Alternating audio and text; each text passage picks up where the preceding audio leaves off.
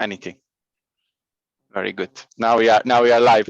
So welcome everyone at this pitching session. That's a part of our alumni startup contest. Today we have 9 startups presenting an expert jury that will be evaluating their ideas. And in a couple weeks from now, next week, I believe we'll announce the winner of this all, who will be our startup of the year 2021 and will receive support of the EIT Digital alumni. So a couple of things before we start with the pitches to have the rules of the game clear for everyone. Maybe a recommendation to mute your mic all the time whenever someone is speaking, so that we make sure that this person can be heard very well. Disable your camera if you're not speaking, so that we can also have the full bandwidth available for the person that's presenting and sharing the slides. And in case you have questions, I will present you more about this. We have a Slido for everyone in the call to ask questions to our startups and to also upvote these. So we'll explain you a little bit more about this later. But in that way, we can make sure that everyone has the opportunity to ask a question, and that the most important or the most exciting questions get asked. So we have 10 startups that applied, of which we have 9 presenting today. One unfortunately couldn't make it. So we'll have 9 presentations that will follow the order that was also presented on our website, which is alphabetical order. So this is the order that will follow. We'll start with Coca Bay and we'll end with Zumut. So also for the startups that you know more or less when you're up. And as we said in the description as well, there's going to be 5 minutes to pitch. Then we're going to have 5 minutes for a Q&A, in which the jury is king. The jury is the group of people that in the end needs to decide. So we're going to allocate most of the time for questions for the jury members. Jury members in that can come forward and ask questions right after the presentation. And then we will finish that off with 1 or 2 questions from the audience that you can submit in Slido. Really to make sure it's not that we don't like you guys and that we prefer the jury, but it's really to make sure that the jury can have a good verdict and has a clear idea and can ask all the questions that they need to ask. Now, speaking about the jury, I'm very happy that we have such an expert jury here, and I want to use this opportunity as well to thank you all for freeing up the time to spending this evening with us and evaluating the startups that we have. We have Aurora, who is an entrepreneur, customer experience at Clint. We have Peter with us, who is known to many of you as an entrepreneur, also startup coach of parts of the master school and various EIT digital elements. We have Milena, who's also probably known to many of you as a visiting professor of EIT digital, but also CEO of JA Bulgaria. And then we have Dirk Jan, who's the managing director of Secura. So thank you all very much for joining. And it's a great pleasure to have you here with us today to evaluate our great startups. And hopefully it will be fun for all of you as well to do this. To quickly go over the scoring criteria, we already touched this when Milena asked the question. We have 3 main topics that we would like to score the startups on. The first one is the what, so the overall context and the relevance of the proposed solution, in which there's a couple of things that the jury will hopefully pay attention to, which is the clarity and depth of the problem problem solution fit, the coherence, and then the unique selling point and the degree of innovativeness that is there. The second scoring criteria is the how, so the business model and the plan. How is this going to become a reality? What are the financial options for a return or market potential? The go-to-market, growth strategy, and these sorts of things, and the risk assessment, and what kind of plans are there to make this a success. And the third scoring criteria is the wow, the branding and communication. How well is this presented? What is the consistency, the colors, are there visual elements? Of course, we're all here to be amazed by the ideas and the great concepts that you have. So that's where we will look at, where they will hopefully look at as well, the audience engagement, the quality, and so on. So these are the 3 scoring criteria that we're going to have in mind: the what, the how, and the wow. That we'll have a look at. So then a bit more about the questions. As I said already, we'll open up the floor for questions from jury members right from the start. So once the pitch is done, we'll open up for jury members to ask questions in person. But for the rest of the participants that are attending this session, I would like to ask you to head over to Slido and post your questions there, also to upvote questions from others, so that we can ask 1 or 2 questions from the audience, depending on what time allows to our startups as well. So that's a little bit the plan we have. As I said, once again, the rules of the game: try to mute your mic when you're not speaking. Very important. Also mute the camera, preferably when you're not speaking, so that we have the bandwidth available for the person that's presenting. And then it's important to ask the questions in Slido.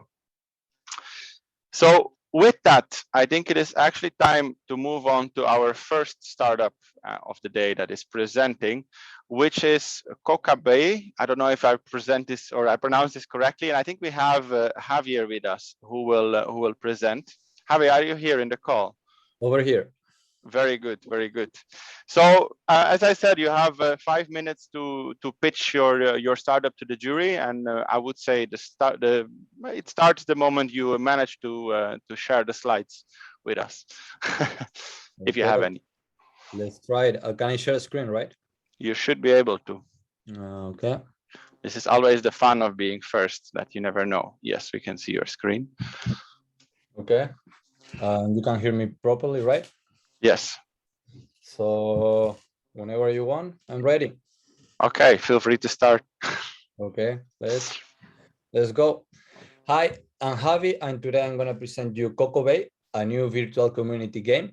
Probably a lot of you are gamers and have ever bought any virtual item in a game, for instance, a FIFA football card, and you put some money there, you keep playing, you earn more coins and more cards, and at some point you get bored and you want to sell this for real money, and you have a legal way to do it. Usually what people are doing is go to the black market to sell this item. So this is in fact the problem that we want to solve. There is actually a dual problem that traditional virtual community players lack of a legal way of monetizing these virtual items and also in-game activities that they do. But on the other hand, we've seen the last 6 months a social revolution in gaming with these crypto games like Axie Infinity or Crypto Kittens that have validated the way that our virtual items can be in the blockchain and can be monetized. But we see then, we believe that most of them are focused on the economic part and are mostly speculative, and they are not focused on the social part, the fun part of games. So what we are proposing is to combine the best of the two worlds, like traditional online communities like Second Life, Habbo, or Roblox, and put the virtual items in this blockchain. This is a centralized community that has access to an immense network to monetize your item. And this is Kokobay. Kokobay is a virtual community where each player has their own avatar, the social identity that can be customized. Each player can build private islands with virtual items that are bought from our catalog and create activities, games inside those islands. And in fact, the main basis is a social game. You can meet new friends there around common hobbies and interests. What we are going to propose to create some kind of social game that has some features that make it also a play to earn game, that people can in fact monetize both their items and their activities inside the game. And the creative direction that we are following is some kind the style of Pixar and Supercell, like games like Brawl Stars. And you have here a sneak peek of our virtual world. So the game economy works because our entire economy revolves around these tokens that are on the blockchain, have value for people. Our revenues are going to come basically from services inside the game, selling objects, subscriptions, also from proportional campaigns from companies that want to be advertised in the game, and especially from commissions from every transaction inside the game. And we see that the competitors are currently moving a lot of money in this kind of transaction, both in NFT sales of this trading that happens inside the games, because the virtual objects have a social and a monetary value. And our economy is going to be divided like in two-sided. Is this marketplace economy consisting of P2P players exchanging objects, and also in a creator economy that we are going to enable features to monetize activities inside the game. And I'm going to show you an example in the next slide. And we see that for having a healthy economy, we need a lot of users for this kind of business model and our competitive habit. And we hope to reach this potential market size. So here I'm gonna put you an example of a virtual game that is called Habbo, that it was being a player for the last 15 years. And inside Habbo, we were playing actually football games. The community was organizing leagues and tournaments. And to explain you how we can create a creator economy here, for instance, we can create features to monetize this game, for instance, creating a ticketing services for the public to pay to the organizers a small fee to watch this game. People are willing to pay for this kind of activities. Our roadmap right now, we are working in the launch of token for funding the project. We believe that the blockchain has dramatically changed the way that new startups are being funded. And we will focus on 3 kind of investors: long-terms that want to fulfill this long-term vision for us, crypto investors that provide liquidity and stability in our economy, and also those future players that are gonna be probably coming from the traditional virtual communities, and also these crypto users that are right now rising everywhere in the world. And 2022, after the funding, we will focus on the game and our development, basically, and staffing up. To conclude, what we believe is that the best part of our idea is the team that is composed of this startup that is coming from the startup world, top tech companies, the gaming and art sectors, university, and entrepreneurs. That's it. That's 5 minutes from my side. Thank you very much, and thank you for sticking so well to the time. Very good and well timed. So let's start with some questions from the jury. I see that some have enabled their camera, so feel free to go ahead and ask. Yeah, when I can start, Javier, nice presentation. Thank you. Interesting idea. You indicate clearly a funding round. How much do you need to make this happen? We are right now funding the seed round for this for the launching of the token. We estimate it's going to be around 100K for a 2-month project to find the necessary help and expertise to create a proper website, to create a proper white paper to show what we are doing, who we are, what is our motivation, our story, and to create this launch. So basically, we expect that most of the funding to create the whole thing is going to come from this private and public release of the token. Okay, and did you look also into the legal aspects of doing funding this way? Yeah, one of our advisor is from a top Spanish legal company that is right now launching a lot of public tokens. Yeah. Okay, nice, thank you. I actually have another question, which was, it's much more to the content. And you said that you're solving a social actually challenge here with it. How do you know that this is it, and what exactly are you going to address maybe more clearly? What is the social value with this game? Well, our main advantage, what we believe is that the game, most of that has been players of this kind of games, like not players. I spend most of my childhood playing these kind of games, and we want to recreate the social component that is very powerful from this game by allowing an infinite way of playing inside the game and try to attract any kind of players. So the basis is more to build a community, believe that this is actually something that through this game you are going to stimulate rather than having people play on their own mostly. Are you solving something like this? Or maybe I'm not getting exactly the value. The value is that social games are very attractive for a lot of players, like interact with people. We find that the most important component, but what we try to solve in fact is try to also, why cannot we earn money by playing a game? For instance, I have a really close friend of mine that I met online that she's excellent in pixel art and creating new avatars. Why Okay. not put a way inside the game to let this user enhance their talent? So it's more like you are through this maybe providing another space for people to credit their expertise with their hobby, and an opportunity for people to show to earn also an income. Yes, we are gonna provide the legal blocks and the features, so that then the user can use their imagination to either play or if they want to earn money. Yes. My last question very quickly is, do you have a company, or are you setting it up, or it's more of a project? We are setting it up right now. Yeah, we are, because we want to start by contracting experts in branding and in community engagement. So we want to do it we are taking it slow. We've been working in this idea for the last 4 months. So we still have a lot of work to do, but we want to make it professional since the beginning, a solid project. Thank you very much for the questions. Any other questions from the jury members? I see Dirk-Jan also has one. Feel free to go ahead. Yeah, I'm a new person in the group here. And actually, honestly, I didn't grasp the idea completely at the start. So I missed a bit. I'm not a gamer myself too much. So could you repeat maybe once more the essence of the problem and the solution that you offer? Yeah, the essence is, like I say, it's a dual problem. First of all, crypto games right now are merely speculative, and they are just focused on earn money. We don't think that's the good approach to create games. So we want to create a first social game that is very powerful for people, and we are basically inspired by online virtual games. That's the economic part that is not working, but on the other hand, in the traditional games, it was actually forbidden to sell those items for real money.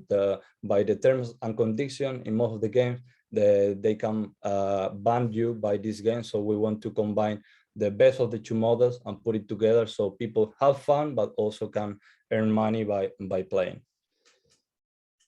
Okay, and how do you overcome the legal problems then in that case? That was not clear to me. What legal problems? You said that in a traditional model, it's not possible to pay out real money, say, but you can.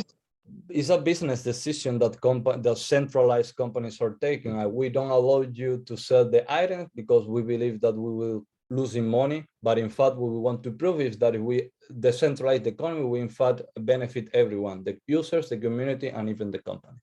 Okay, interesting, very interesting. Thank you.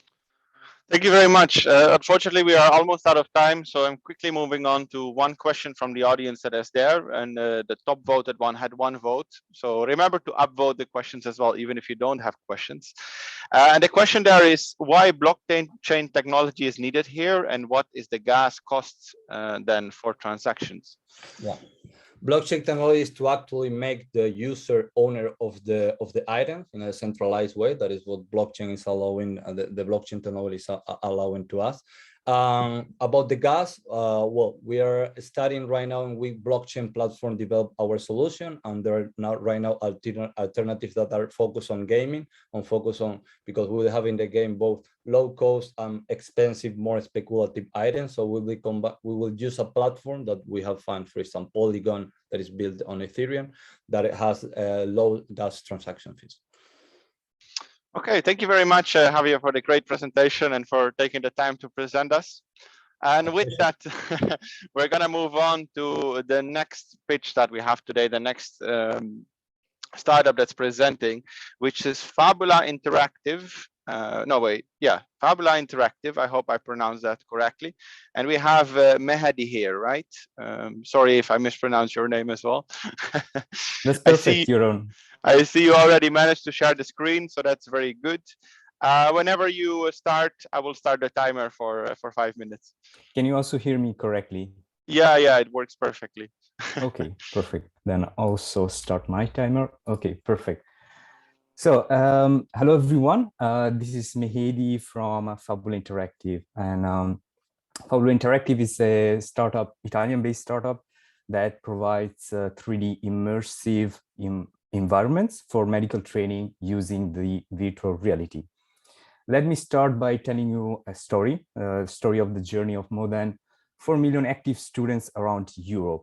If you want to pursue a career in medical field, you should start with an undergraduate program that can last up to 6 years. And usually, according to some studies, only 24% of the students have ever chance even to practice anything during this period.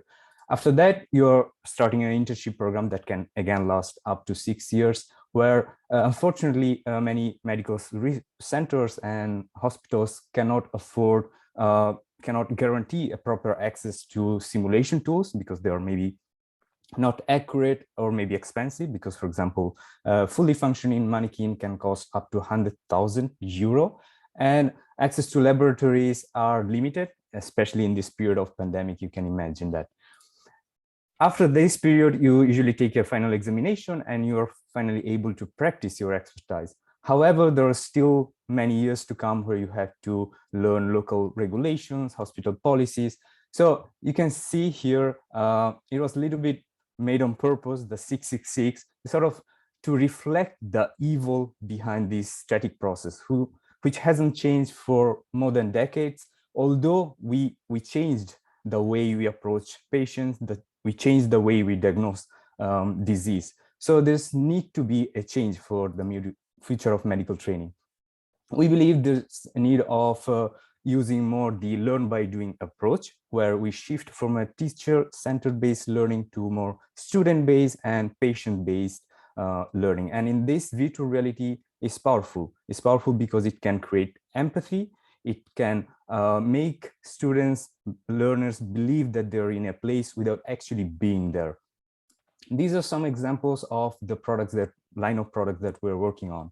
For example, in these environments, you can fully interact with mannequins, with patients, but also with objects in a biological laboratory, for example. There are competitors, mostly based in North America, and our advantage is mostly because the quality here is expressed in terms of interactiveness. So how much you can interact with the objects and within an environment, and immersiveness. So how much if you're interacting with a 2D screen or you're actually immersed in the environment. And Fabula is the only startup that actually can reach that quality with a low cost, because we are focusing on mobile devices like the Oculus Quest 2 Gamma from Oculus instead. Why now? Already, the pandemic pushed many universities to invest more on innovative e-learning and distance learning methods. But apart from that, I've been working on this idea for almost 5 years, back when I was a student, a EIT digital student in KTH. And I saw myself the growth in the VR industry. Finally, the hardware is ready, it's accessible because of the drop in the cost, but it's the right moment to fill with some content, with real content. And if you combine the growth of the VR market with a multi-trillionaire market, which is the healthcare, you can already guess the potential of the product. Quickly, the total addressable market is calculated based on our vision. We envision fabulous product being used at least once by every medical students around Europe, at least once during their medical studies. That means that we calculated, for example, 500,000 of medical fresh graduates are in Europe every year. In Italy, there are 30,000, and based on some assumption, by 2025, we aim to reach 7.5 million revenue. And of course, this is based on our revenue model, which is sort of a hybrid one, because we focus on one-time delivery of the hardware and the installation of the environments. Then the customers need to keep up with a subscription, annual subscription, to have continual access to the environments, upgrades, and support. Going forward, the roadmap to go to the market, we started with developing the product. Our huge advantage is that we have internal scientific consultants that are helping us to create the first demos, which will be launched by the end of this year. And after that, we'll interact on our KPIs with stakeholders. We have already a collaboration with a local university, local hospital in Italy, that will provide us more feedback and to make final product sort of be released by mid of 2022. Thank you very much. This is the team, and yeah, that's all. Very good. Thank you for the great presentation. Let's move on to the jury members for some questions, and a reminder for everyone else to maybe add some questions to the Slido or upvote some that are there. Yes, can I ask a question? I think a very interesting solution. The 6 + 6 + 6 is impressive in years. What is the gain using your application? How much do you improve the whole process? Sorry again, I missed the initial. So you point out that 6 years in study, 6 years experience is 6 + 6 + 6, but your solution is going much faster and better. So what is the increase? We of course need to establish and run some pilot study to really measure the improvement. The point of that calculation on the dimension is that not much the numbers, because it's the final quality and the result, because it happens that a lot of experts in that domain, after 18 years of their whole life, maybe they reach a point where they're not maybe satisfied with their choice, because there's no, I would not say shortcut, but there's no way to start knowing from the beginning what is their interest.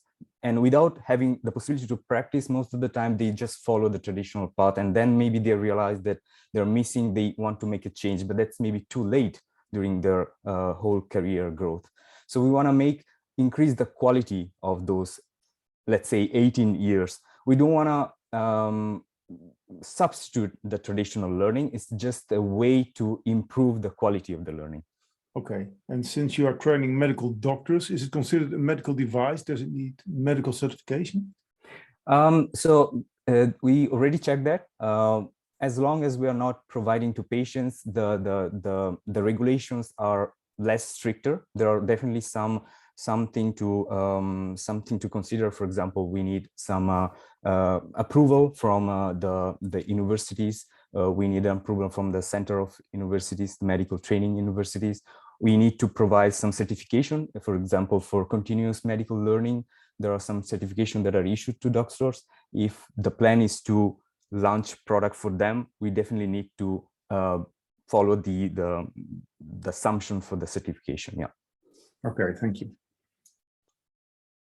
Actually, that was going to be my question, because I think in this case, I have seen now a number of similar ideas launched or tried.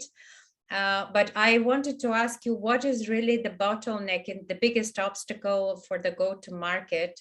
And you said you have this partnership with the university. I believe that what you're providing is really needed. However, to me, the critical thing would be the business model. How are you going to really solve this? I saw this, but it somehow appears a bit unrealistic to me, because are you creating both, that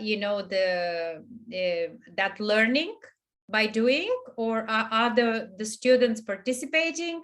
Are you launching something in one particular field? How exactly does this work? So let me just first tell you that if you can see the line of product that we have, we don't focus, for example, on surgical simulation. We saw this trend in many startups that actually failed at the end because they wanted to do something too much on niche with high requirements, for example, because Yes, of exactly. requirements on fidelity, which is not easy to reach, first of all. So they stretch too much the go-to-market process, where they need long time to develop and then iterate on it. Our idea is, for example, one solution that we are focusing on, for example, is the biological laboratory, because we saw this need especially in this pandemic. And it's a field where, apart from simulating fluids and some conflicts and some challenges also over there, it's easy to iterate on, for example, using our internal consultants. We have one student, one researcher from San Raffaele in Milan, who's helping us, and then providing a small batch of testing to our final users. So in this way, for example, we can minimize the errors and the need and the mismatch between what is needed and what is not needed. So that's one thing. Secondly, can you do this on your own? Don't you need a partner in this, rather than you breaking that barrier? That's what I'm asking. Yeah, so once we have our first demos ready right now, definitely the idea is to start local, especially because these kind of products cannot be launched without that strict collaboration with a research university that that really believes in us. Because first of all, there is for example, even in guided procedures like this, for example, in this case, the student needs to follow a separation of cell procedure, very standard, and everyone needs to learn about it.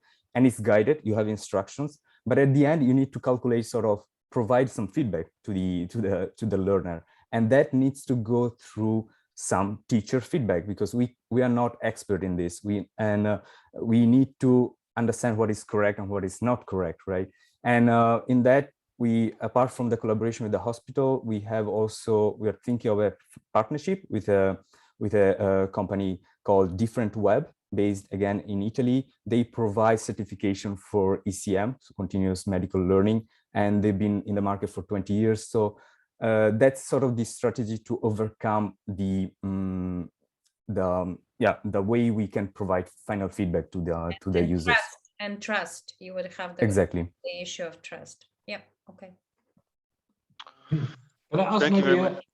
Yeah, go ahead, Dirk-Jan. I think this is the last question we have time for, unfortunately, but we'll make sure that the questions in Slido get answered there as well. Don't worry, go ahead.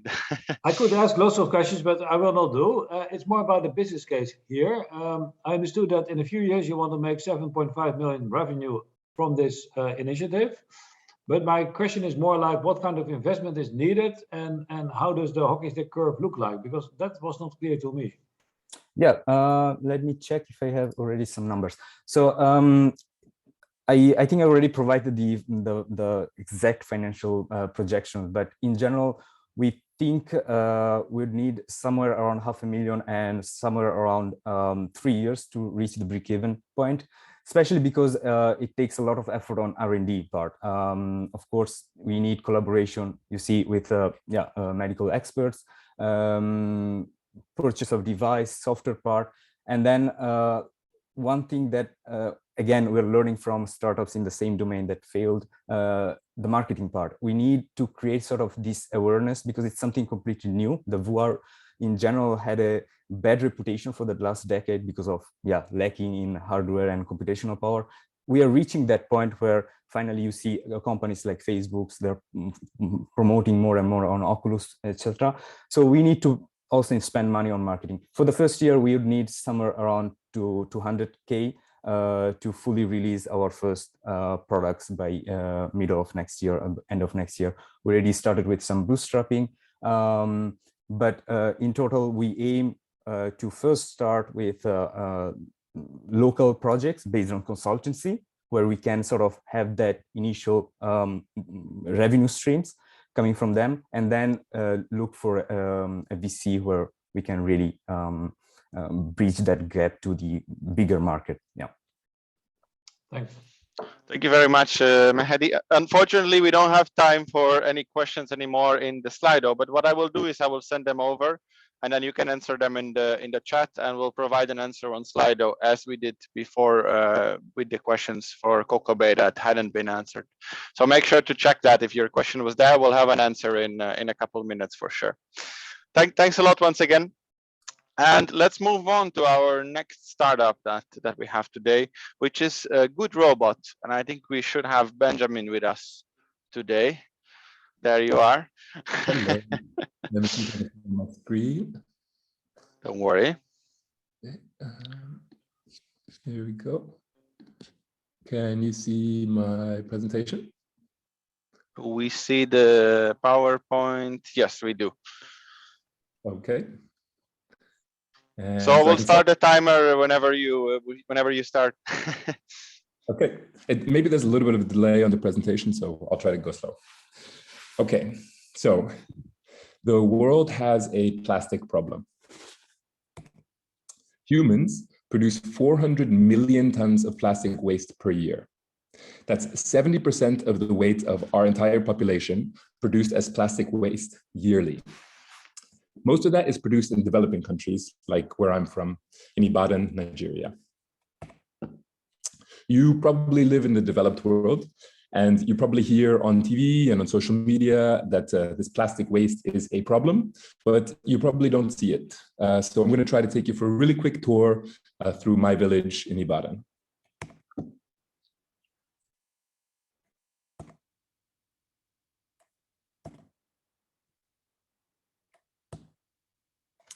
And these are not dumps. This is the road. This is what it actually is like to live in Ibadan, because citizens dump about 600,000 tons of plastic waste on the ground each year, which ends up in nature and in water streams, and it causes huge ecological problems.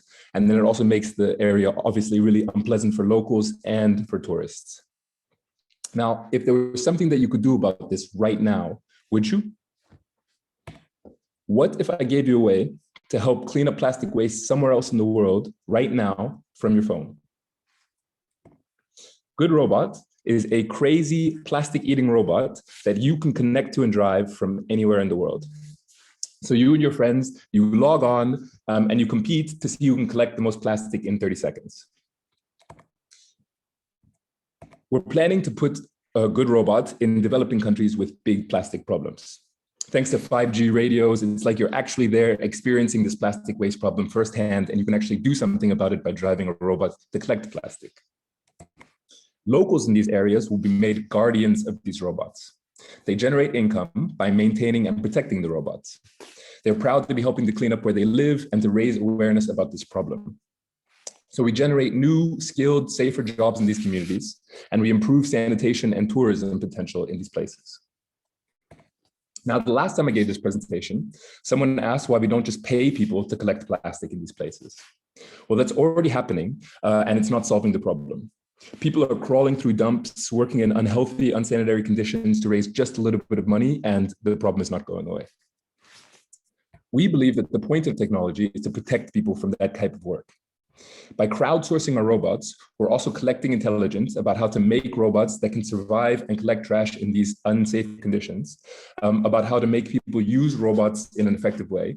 And hopefully we can eventually take all of the learning from all of these people donating time to drive the robots in order to make robots that can drive themselves. And then we can kind of sit back and scalably let the problems fix itself.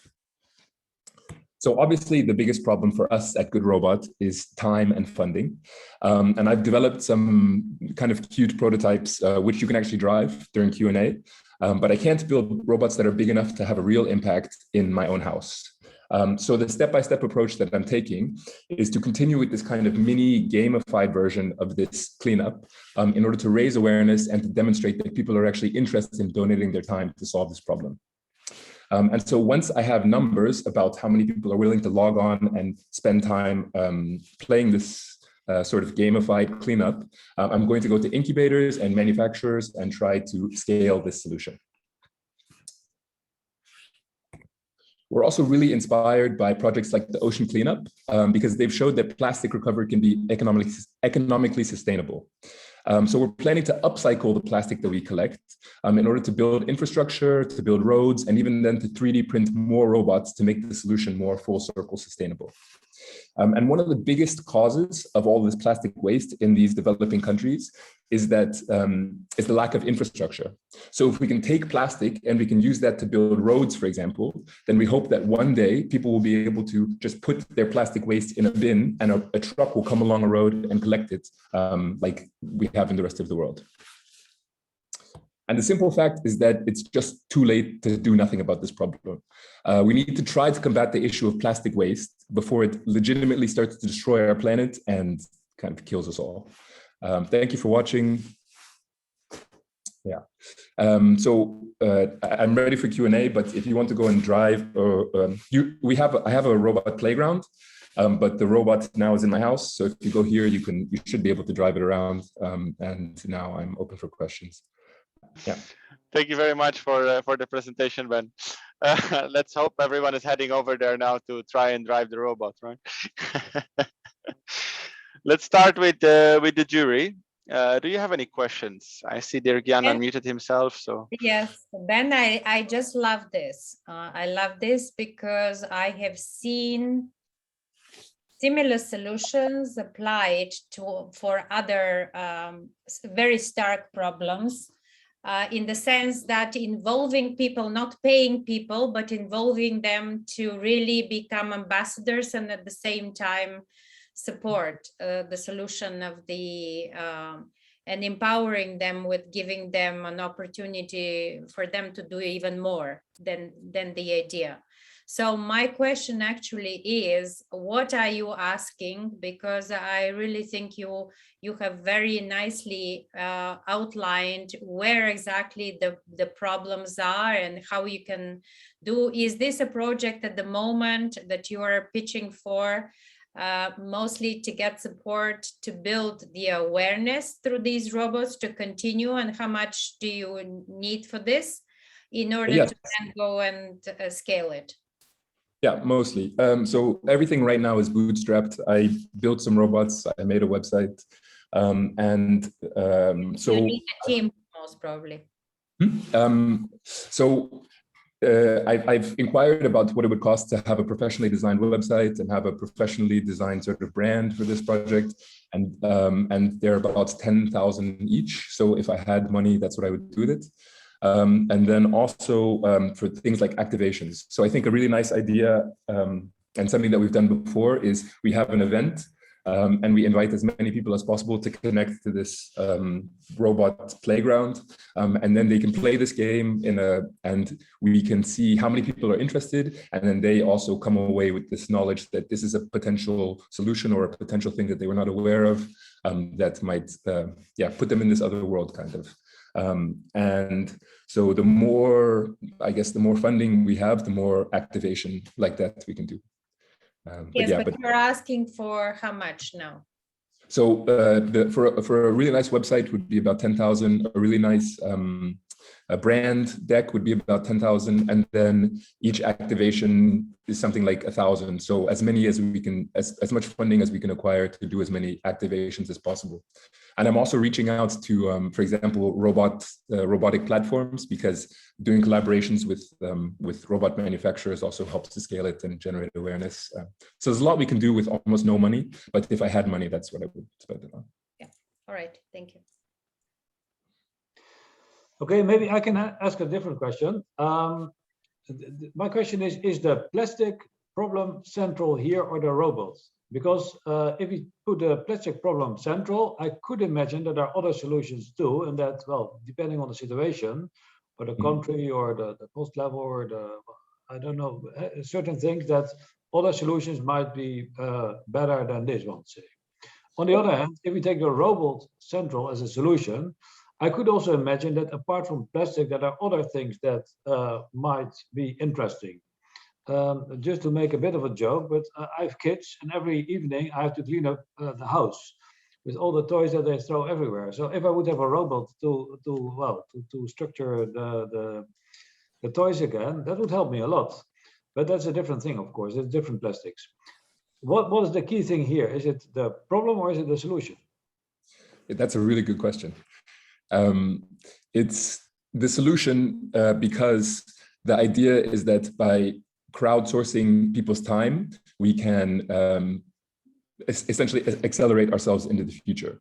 So I think that in 50 years, your kids' toys will be cleaned up by robots, no question. And I'm hoping that in 50 years, robots will also be collecting plastic in developing countries where there's a huge plastic problem. And this solution is kind of a stepping stone towards that future. But to clean my garden, for instance, are you addressing that part as well, maybe ultimately, or is it that the plastic problem is the key thing? I mean, it looks like the robot is the key, the central thing, right? Yes, this is just, I can't solve every problem, and this is a problem that's really personal to me. So it's something that I would be interested in developing, sort of in pushing forward the robotic capability to solve. So robots are, the solution of robots is the key of this solution, but there are a million kind of spin-off solutions that you could also generate with similar stuff. Okay, that's clear then. Thanks. Yeah. Thank you very much. Any other jury members that have a question? Yeah, I like the issue, the way you present it very much. Also, very sympathetic how you do it, involving also the guards, because the first thing coming up for me is, well, who's going to steal the robots? But you have a system around it. That's very nice. Question is, who's your real customer for this? Who's the paying customer? I'm not totally sure. Yeah, I mean, ideally, I would love if, for example, cities funded projects like this. I think that they would be a really ideal customer. And then the other thing I thought is that potentially it's a channel for fundraising, right? So if you put a robot in a place that needs support, and you allow people to sort of to actually experience what it's like to be there by driving a robot in that place, they can also be a really simple way for them to say donate to that project and or to donate to that place, and then also maybe we raise some funds ourselves that way. And otherwise, yeah, I have to think about that. Maybe a comment I could make. I think you need to make this viral if you wanted to succeed somehow, that people adopt it and connect with, identify with this. Yeah. And maybe this is what you need to speak to. Yeah, maybe a Tamagotchi effect, something like this. Yes, And I was imagining eating with exactly the plastic. Tamagotchi effect. Yes. And really try, because in order for people to pick it up in Africa, you know, as something that will make a difference, you need to create an aura around it. Yeah. Somebody is driving on my foot right now. Nice. Thank you very much, jury members. I will ask one question from the audience as well, which is upvoted right now. So the question is, such tech tends to get stolen. How will you ensure the security of your inventory? Yeah, but that's part of the making the local people, giving them the opportunity to be involved in the project by being guardians of the robots. I see. Thank you very much, Ben. It's also nice. Did we just? Is this your room that we're looking at now, right? Yeah, that's very nice. Thanks a lot. Thanks a lot for the great presentation and for answering all the questions. We'll also send you over some of the questions that were not answered so that you can answer them, and we'll add the answers to Slido. Then let's move on to the next startup that we have presenting today, which is Greenell, or I don't know how to pronounce this properly. Probably Yassal can tell us more about it. Greenell. Very good. The floor is yours whenever you want. We'll start the timer whenever you start. Am I audible and the screen is visible? We cannot see the screen. We see you. All right. So.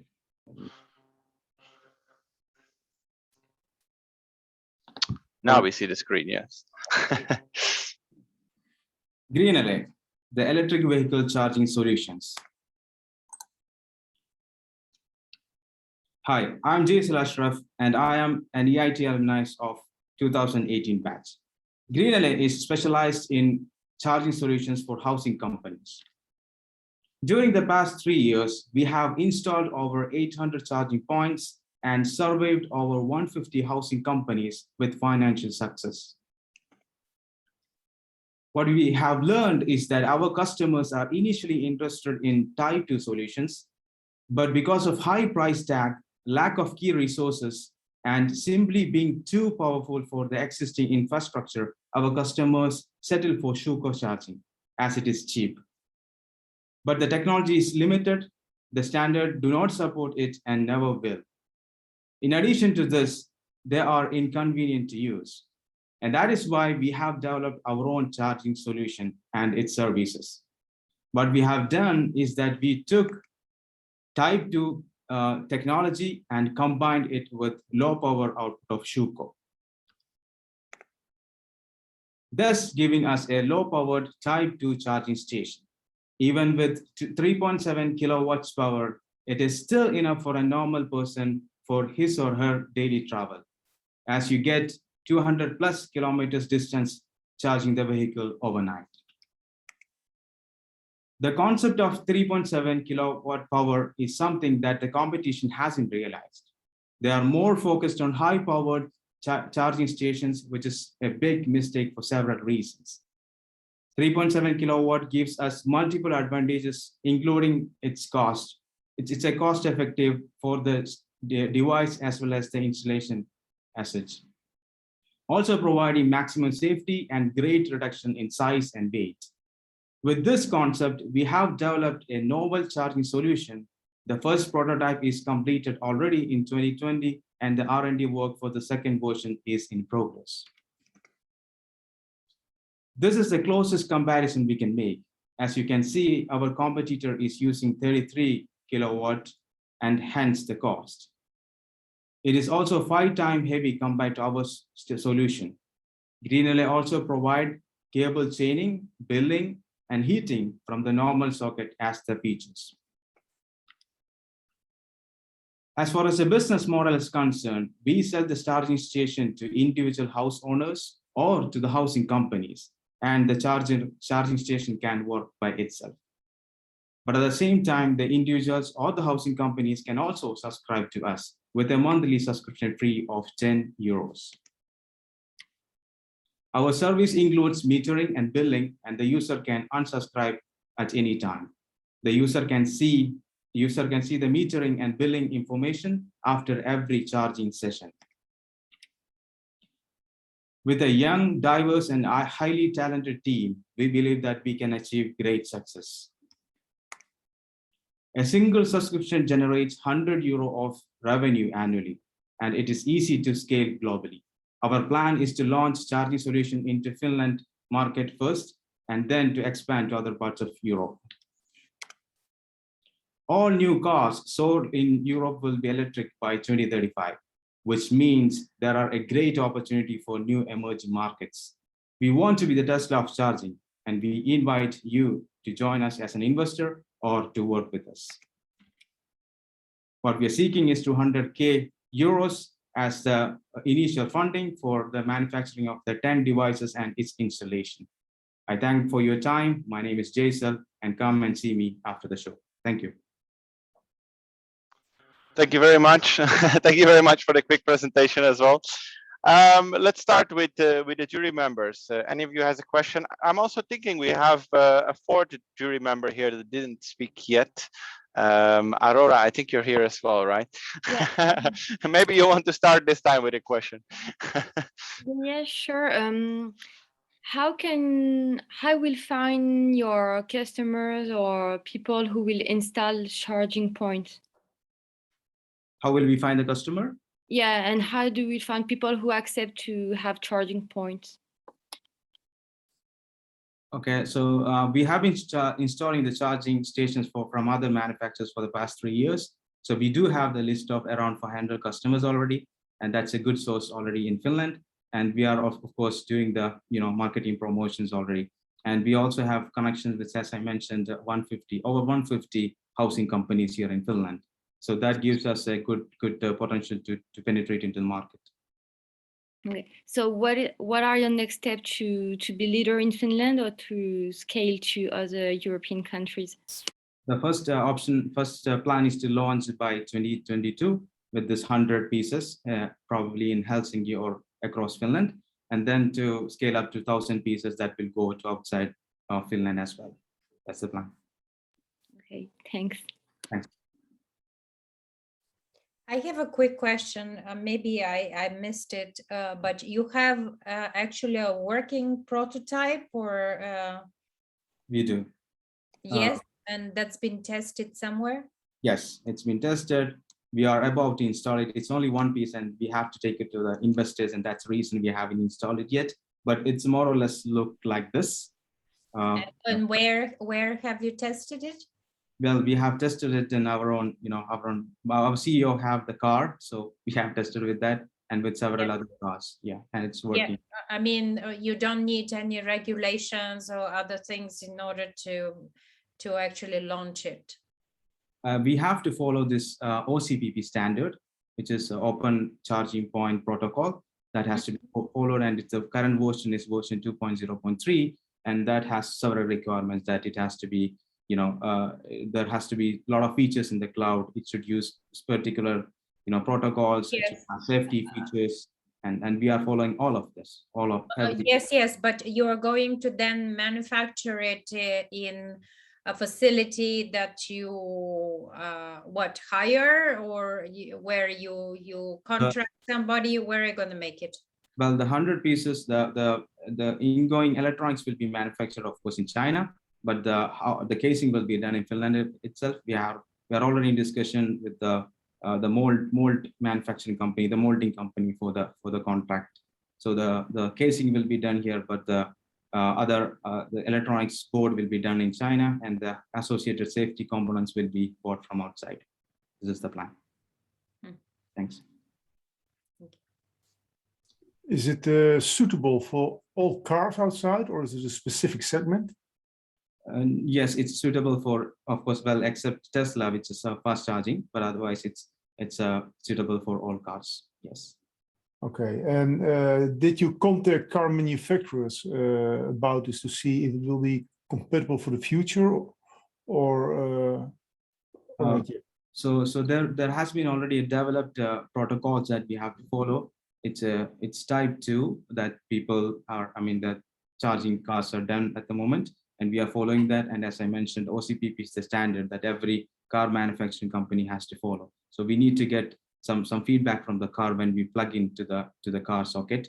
So every car should follow this OCPP standard, and we are also manufacturing based on that. Okay, thanks. Clear. Maybe just a simple question, but if you want to install this, you need at least a cable outside, right? So I think the installation cost is not negligible. Am I right? And how do you see that? And also in relation to the SaaS model? Yes. Okay. One thing at first. So regarding the cable, every car when they buy the charging car or hybrid car, they will get a cable which is type 2 usually. And yeah, sorry, from the car. Actually, that's from the car to the charging station. But what about the charging station to your meter at home?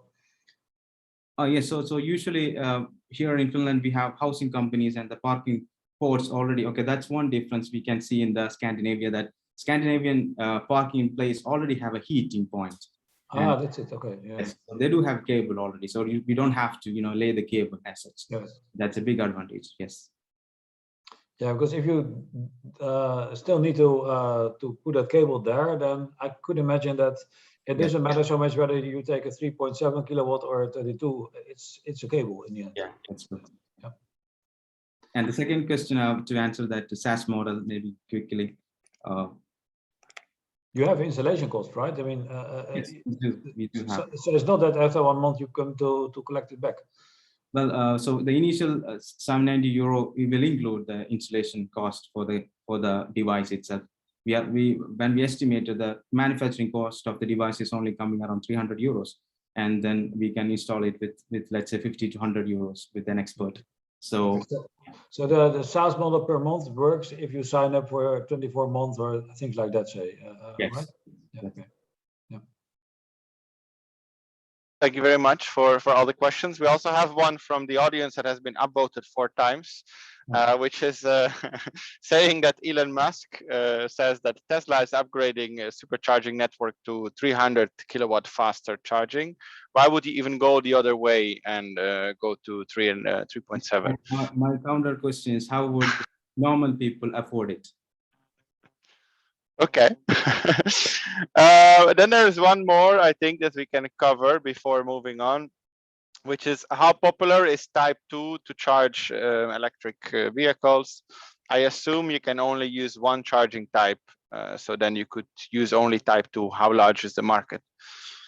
Okay, so we have 2 solutions, as you mentioned, type 2 and Shedamo. So type 2 is the most common, and it doesn't require any other converter as such, but the other one would require it. And type 2 is, we are moving to a direction where every car manufacturer will provide cable which is type 2 because of many reasons and many following this OCPP standard. Very good. Thank you very much for the presentation. Thank you. Thanks a lot for keeping it concise as well, so we could make up a little bit of time. And let's move on to the next startup that we have with us today, which is Krona, which will be presented by Akanshu. I don't know if I pronounced this correctly. Yeah, I'm very sorry. Thanks. So for you as well, you have 5 minutes to present yourself, and I will start the timer when you have your presentation in front of us and start speaking. Can you guys see? Yeah, we can. All right, cool. I'm ready, I think. Perfect. The floor is yours. Thank you. So just to start off things, a quick question. When did we all got our first debit card? I think probably at 18. I got my first at 18. And I'd like you all to hold on to that thought for a second there. And and think about when did we get our first investment going in. I am sure it wasn't 18, and it isn't 18 for me as well. So that's where we come into picture. We are Krona, carefree investment platform, and assisting you to invest into or take the first step into the investment world.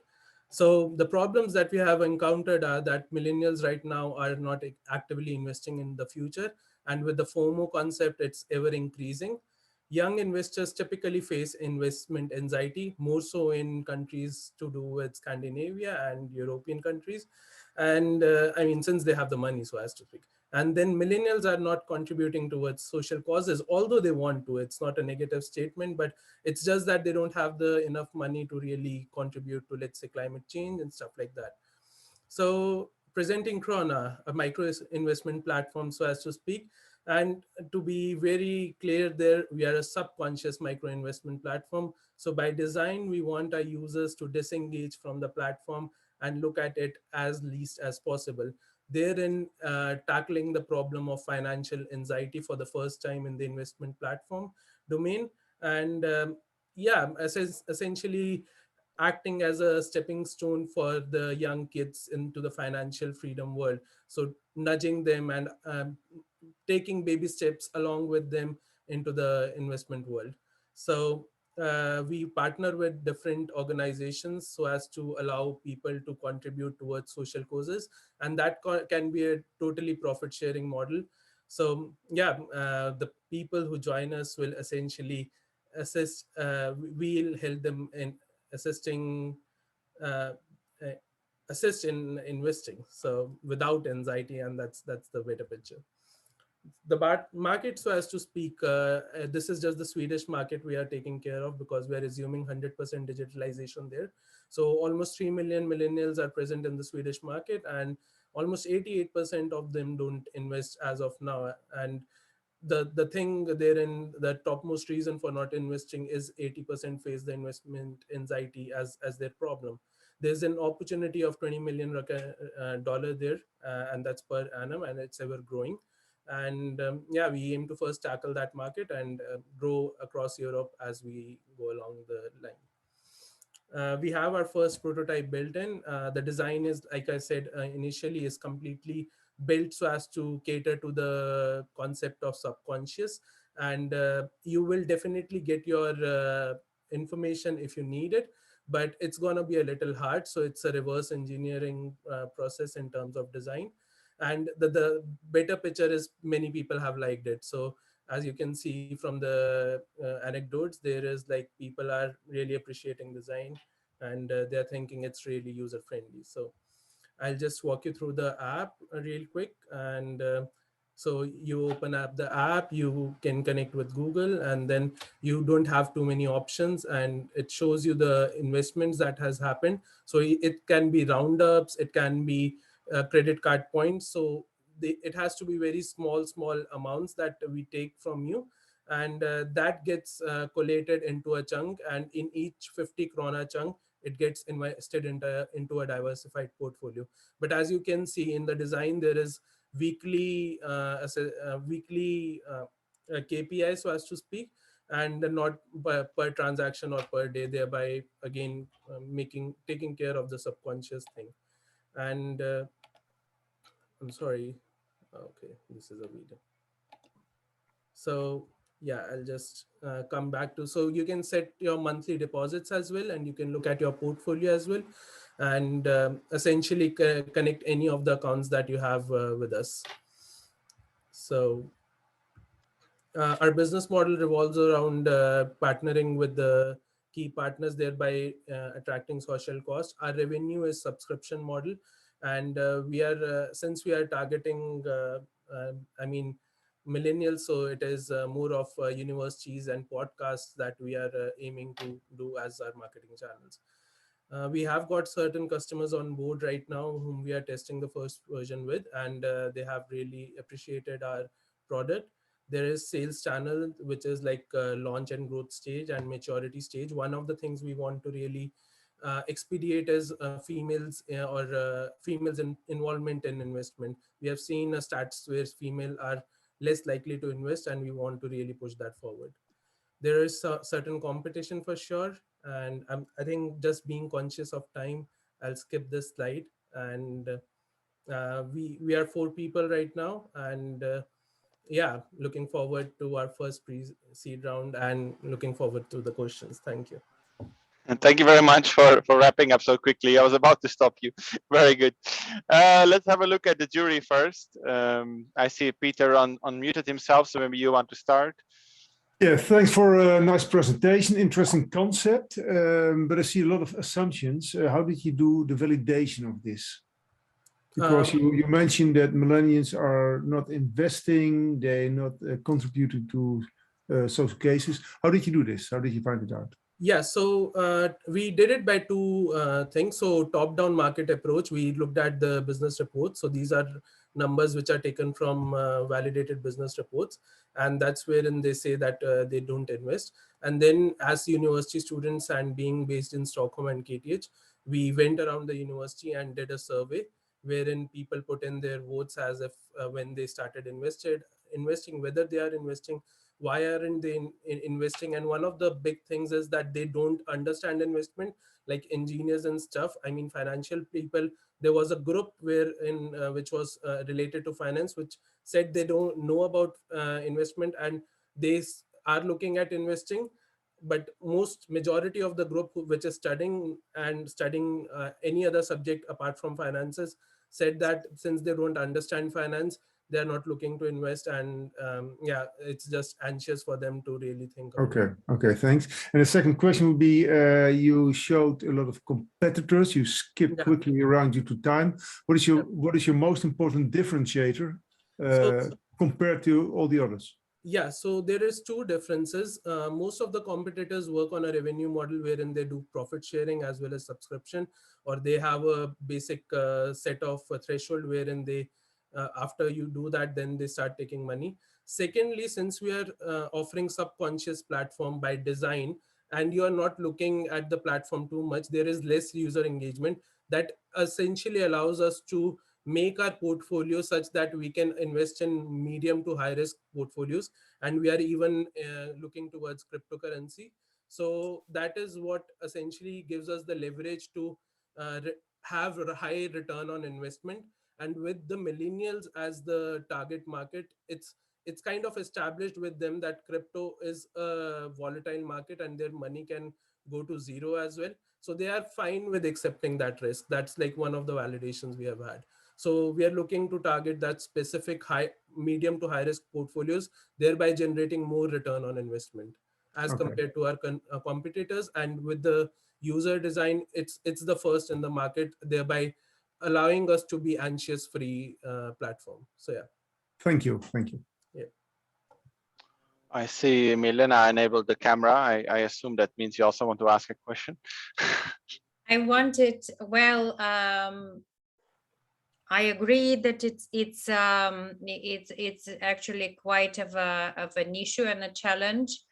I'm just wondering how much money do you need in order to make this happen? And I'm a bit concerned that there is a resistance as to how you launch products like this and how realistic what you are offering is, because I think maybe I'm joining Peter on the same one with the assumptions. All right, thanks. So we have did our bit of understanding of the market, and since it's a fintech industry, we just need the initial push, so as to speak, and that's why our kind of company valuation goes up. So we are looking to raise to the tune of 60 to 70,000 euros for a 5% share of equity. So that's our current understanding of where we are, and that would allow us to have a 6 months runway and thereby test our product in the Stockholm market, which is essentially 400,000 university students in Stockholm itself. So that's the current target. So that's the pre-seed we are looking for essentially. So you're currently targeting this 400,000 students to launch this? Yeah, so 400,000 would essentially evolve into 3 million millennials within Sweden, and we see a market penetration very quickly. So that's the analysis there. I mean, I can take it after the call with you for sure, but the market penetration will be very sped up, and we expect that within our next round we will be able to capture the 4 million. So yeah, that's the thought. But yeah, initially we want to build the product so as to do a validation on the 300,000 reachable Stockholm millennials and university students. Yeah. Let's do one more question from the jury. I see Dirk Jan unmuted himself, so Okay, feel free to go ahead. Interesting proposition. Also, because if you build a position, and I could imagine that over time, those millennials will get older and richer and having higher funds. So I could imagine that over time this really grows big. Yeah. But I'm just wondering, because the question for me is more like, why are those people careful or cautious or anxious to start right now? Is that because they don't have the app, or is it because they just don't know about the whole investment market? It's more about the financial knowledge that they don't have and they don't want to attain, so as to speak. Because let's say I'm a robotics engineer, I wouldn't want to go into finance and understand where to put in my money. So that's the major reason, I would say. That's the major pain point, and that's why the design of subconscious makes sense to people, which are essentially millennials and our target customers, because that's the anecdotes we have got here as well, that the subconscious concept and design makes sense to them, because they don't have to take care of where their money is going. And since it's a small amount, that gives us the leverage to really utilize that money in a way that we want to. So that's wherein we are proposing the subconscious, leveraging the fact that we can invest in a medium to high risk portfolio. And since they don't have any fund manager, or it's not a big amount for them. I mean, if they have to invest 5 krona from a roundup, that doesn't mean anything to them. So that's what we are saying, that we will take those chunks from you and then invest for you, and they are fine with doing that. That okay, if we take 600 kronas out in a month, that's not a big deal for them, but they can't do it like 5 kron over and over again. So that's the okay. But you don't give them the choice whether they invest in shares or in currency or no. Okay, get it. That's the subconscious concept essentially. I mean, we can, the transparency and the recommendation is different. So we are taking a little bit aggressive approach wherein we are assuming a default.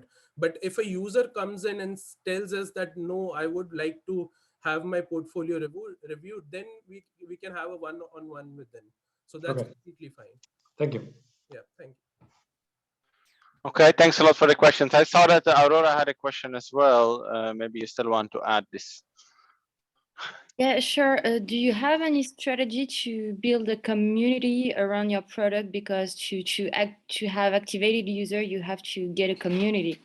Yeah, that's true. So in the business model, if you see our channels, so we already have a Discord channel up and running. We have built the website, and we are looking at the channels that are taking that are growing within the millennials. And podcast is one thing we are really seeing. Like Spotify has really taken up the Swedish market. So we aim to partner with Spotify and have a podcast version of our offering essentially. And then second is with the banks as well.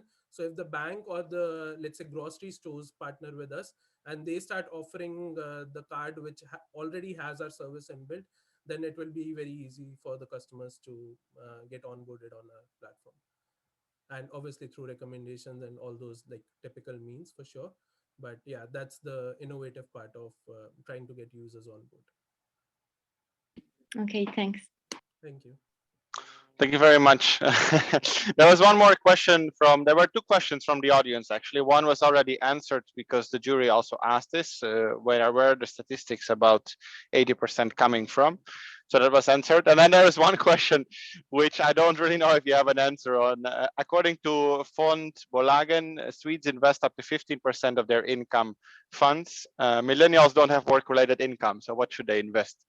That's the thing. So we are not asking for work-related income.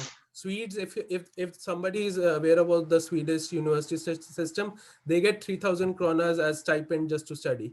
So they are living off their own money from 18 years itself. So when they're buying grocery, if they're buying it for 18 kronas, we are just taking 2 kronas, which is very little hole in the pocket. I mean, it's negligible essentially. Very good. Yeah. Thank you very much for the presentation and for answering the questions. Really appreciate With that, we'll move on to the next startup, and we are a little bit behind on the agenda, so apologies for that. The next one is Ohi World.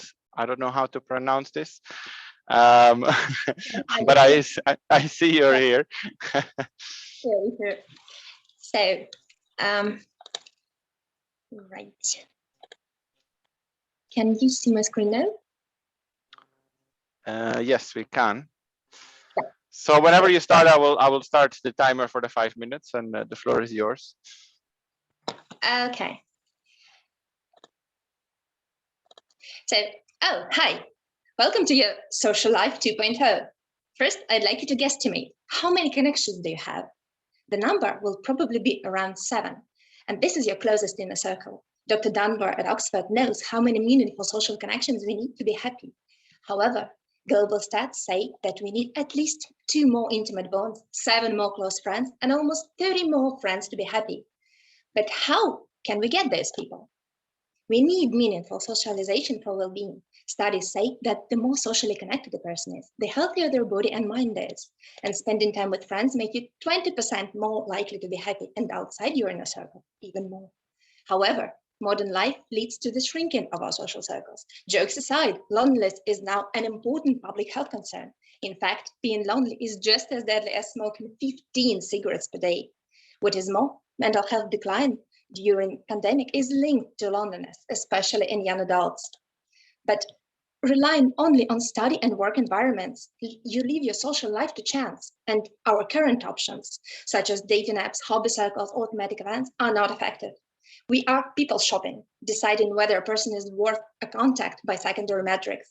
We are filled with built-in biases and expectations that lead to rejection anxiety, and we are forced to outline our intentions before we can even think about them. OHI meets every demand for quality socialization. We are here for you whenever you have time and intention. Our action-based meetups shift focus of attention from people to action. And there is zero commitment from the start to ensure fluent and effective socialization down the line. This way, we set everything right for you from the start. We simplify finding both what to do and who to do it with. Just tell us what you want to do and discover people around you, browsing a personalized feed of active highs, request to join the ones you like, and wait for a high to ping you when someone invites you in. If you don't not like any of active highs, just create your own with just 2 clicks. Get responses from people with the same desire, and then chat and have fun in real life. All our mechanics is super simple, yet safe and desired for maximum compatibility. Let's see, who would your first high be with? We have Kate, who just moved to Helsinki and wants to find new friends, or maybe Lassie, who wants to play board games in a chill setup. And there's almost 500 million people just like these 4, or our high is for them all. Our priority in the first year is user acquisition, and we become profitable by the end of the first year. Our business model is freemium, and we have 2 main revenue streams, from partners and users respectively.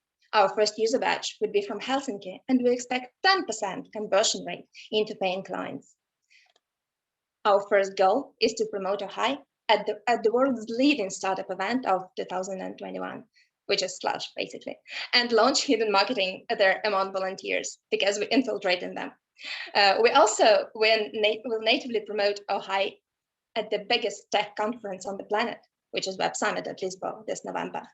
In 1 year, we are going into the expansion phase, and by 3rd year, aim to cover the whole region. The launch of game-changing features, both for users and partners, is tied to the key promotion events. EIT has a wonderful network of hubs all across the Europe. We know that EIT people want to connect more closely with fellow community members, because we are those. We offer partnership for EIT alumni to use OHI to strengthen local and global EIT communities. We offer informal socialization regardless of your age, status, or occupation. We are time-bound and location-based, so the initiatives are always relevant. And we are on demand and can be used both as post-event connection tool and as meetup activity. By going to Slush, we can connect EIT with more than 70,000 entrepreneurial minds from the world's biggest future-focused, student-led nonprofit.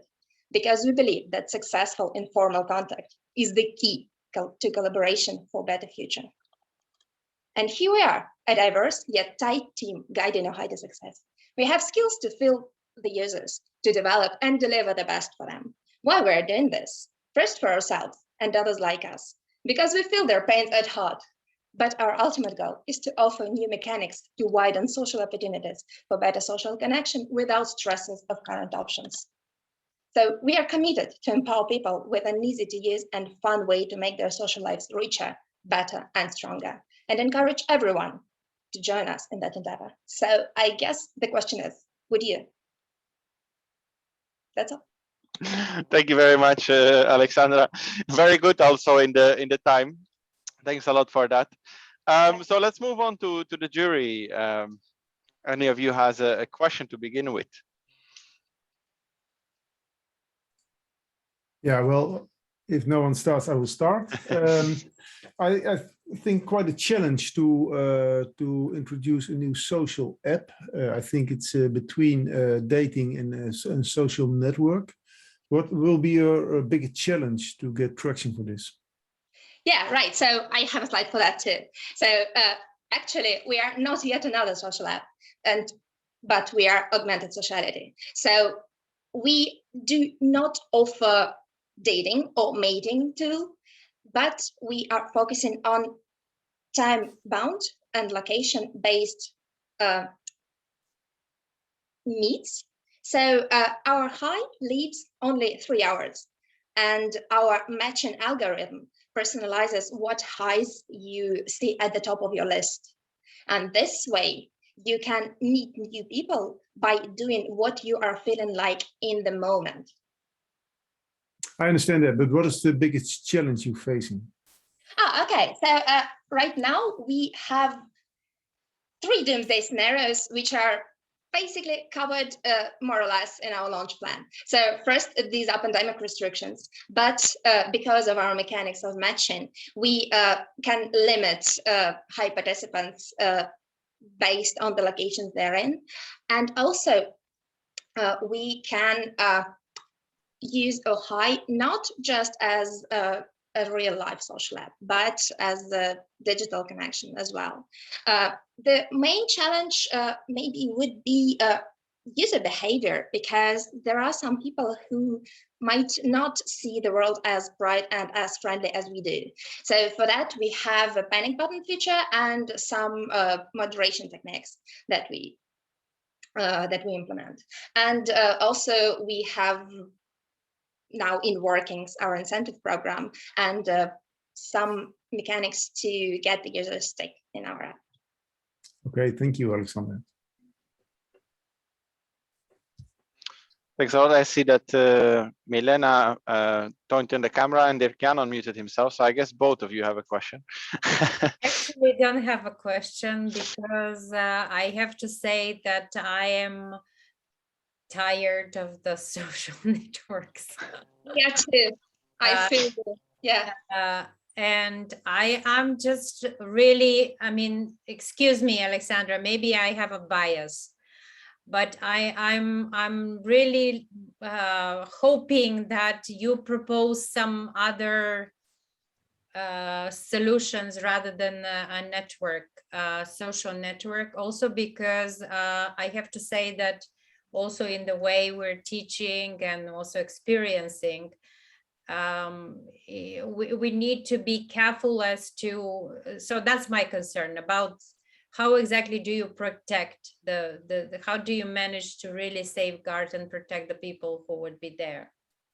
We feel you can't even imagine how, and we actually ideated OHAI to get away from any Tinders or Facebooks or Twitters and stuff, but we are also mindful about how we meet new friends and the quality of our connections.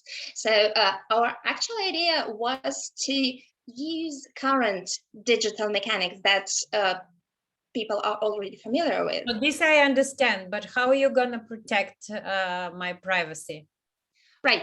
What exactly are you concerned with? actually, Well, if this is really to support me to not Yeah. to feel exactly the impact of this that the social networks do, how are you going to make sure, because you're using the same channels? You know, you see, it's a paradox to me. Okay, so first of all, we don't have comments. Second, we have high chats, which are basically the main hub of like socialization. And if you are a high creator, let me just go to this slide quickly. And if you're a high creator, you receive requests for joining, and only you can accept people into your high, and only then the socialization begins. However, if you reply, if you request to join a high, you won't see a high chat or a high of this if you are not accepted. So as soon as you click join the button, the high is going into like waiting mode. And this way, we both safeguard the joiners and the creators from some maybe not really pleasant feelings about rejection, or maybe some mismatch between people.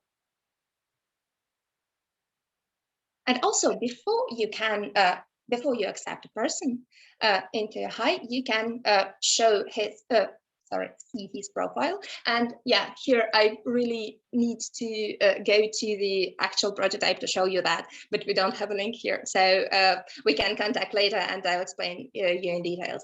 Before you accept a person, you can see their profile, and on their profile you can see the highs that they attended, and their interests and their description. However, you can't. But if they don't agree to do this, do what? I will see it. What if they don't agree to show me this? There's no option to not showing, because we believe in what we do is what you get. So if you go into a high, you fill the profile the way you feel like. We don't require real names. We just authenticate people through phones. So it's then the question of a high creator to either accept a person or not. And we also at each stage of the user experience, we have a panic button, which is basically a space not to complain, but to like tell us what's wrong. And there are 4 or even 6, if I'm not mistaken, flows which the panic button can go, including calling 911. Next, we also have feedback flow after each high to collect both what happened and whether you would like to go on this type of activity, and whether you would like to go with this type of person or this particular person. And based on that, our AI matching algorithm then shows you both the highs that are the most likely to catch your attention from the activities point of view and from the people's point of view. Thank you very much. We're almost out of time, so let's move on to the last question from the jury, from Dirk-Jan. Actually, I had 2 questions, but yeah, but that's okay. briefly. One is about the business model, because I think you said that you want to ask money for using the app, and the other social media apps, most of them are free, of course, and they're sponsored through advertisement and those kind of things. So I was just wondering whether that's going to work if you ask the users to pay. That is one thing, and if you have considered other models. The second is about, I would say, the chicken and egg problem, because to get this starting, you need volume, you need numbers. And I saw you that you want to roll out among students and in cities, and I can imagine that you start indeed in a bit confined areas, but you still need big numbers to get this rolling. And I was wondering how you envisage to really break through and to grow this big. Yeah, let me address the first question first about the revenue flows and monetization model. So we basically bet on two things. First, we have freemium. We do not ask users to pay like any subscriptions to use our app. However, we do have a set of features that can be upgraded or bought as both in a subscription package, we have 3 of them, and as one-time purchases. So based on based on that scenario which you use in using High, you can as a user, you can either pay subscriptions or choose one-time purchases. And then we have partners, and partner integration basically goes 3 ways. First, it's sort of native advertising. It's like business profiles on Instagram, but not on Instagram and not business profiles. So this would be sort of like recommendations of how you can spend your time, for instance, for people in local area. And just let me show some of them. Yeah, you can be, as a business, you can be featured as a feature location, or you can just do a business listing, or you can get insights about what's trending in your area to attract people to your location. That's one partnership area of getting revenue, I guess. The second one is we want to partner with certain events and activities such as Slush, but maybe not as big, but which goal is more of creating local communities rather than changing the world from global scale all at once. And this way we're perfect for them because we also have good matching. We have locality bias, if I can say that, and we can develop some additional mechanics for their needs. And the third partner feature is basically what we propose to EAT to solve at least partially our chicken and egg problem, to get them the solutions they need to get the results and achieve their goals of strengthening communities or maybe creating ones. And we are here to give mechanics, and they are here to just reap the benefits of us. That's it. I guess I touched both questions. Thank you very much, Alexandra. Unfortunately, we're out of time because we have to move on to the rest of the pitches as well. Thank you very much for the great presentation and for answering the questions. I will send you a couple of questions that are also shared in Slido, although I think most of them are covered already in the answers that you have provided to the jury. So let's move on to the next startup that we have presenting, which is Scaly. I think we have Roman here with us. Yes, nice to see you again, Good Roman. evening. So for you it's the same. I will start the timer whenever you're ready to start presenting, to keep it fair. Yeah. Tell me if you see the screen. Yeah, we can see the screen. Seems to work fine. Now I will need to switch to this mode. Okay, so I'm ready. Perfect. The floor is yours. Thank you. Let's start. Hello, everyone. My name is Roman, and I'm an EIT Digital alumnus. And today I represent the Scaly team here. At Scaly, we believe that every human body deserves good care and that healthy physical condition leads to a healthy mindset. So we in the team, we do different sports. We go to the gym, we train with our friends. We are enthusiastic about fitness, but even we often see the problem of motivation, which is common to many people. Do you recognize this? So the problem of motivation is not only about going to the gym, but also about being efficient there. So doing right exercises on the right parts of your body so that you can see the result. And one clear way to help you stay motivated is to give you an opportunity to see your progress.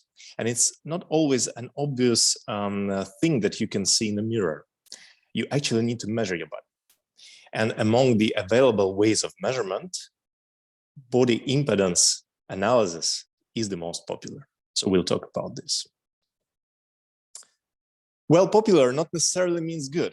There are many bathroom scales available on the market that can measure body composition. They are affordable, but they do not give you good accuracy, and also they don't give you much of details. On the other side, we have big, professional, very expensive machines, which are difficult to find only in some specific locations in the city, and they charge you quite a lot to do the measurements. So we had to come up with Scaley, an available, affordable, and insightful body composition measurement solution as a service that will help you stay motivated to take care of your body. Scaley consists of a high-precision body analyzer produced by a well-known European brand and our partner. And on top of that equipment, we put our microcomputer with a touch screen and great user experience. Scaley is a cloud-based service, which means that all the accounts, the personal and health data of people, of our customers, are stored securely in full compliance with GDPR on our server. It's a user-friendly interface, which means you don't need assistance to use the machine. It means that all your data is really private. No one will see even your screen, not even your coach. And since we're aiming at being present in the gyms with this remotely updatable firmware and screens, it becomes a platform for big innovations in the future with limitless opportunities. Our business model, we charge gym members. So we charge the customers for measurements, whether it's a single measurement payment or subscriptions. And then we build a win-win-win situation with personal trainers and with the gym owners. So for gym owners, we solve one big problem for them is the customer churn. So we improve customer loyalty because they can see the progress and they stay with this gym and they keep training. Also, we contribute to the innovative image of these gyms, and it comes without any investment into this equipment because we come as a service. When it comes to personal trainers, the win-win situation there implies that people who do measurements, they get questions on how can I improve my numbers, and they refer to personal trainers. So we help to upsell the PT service.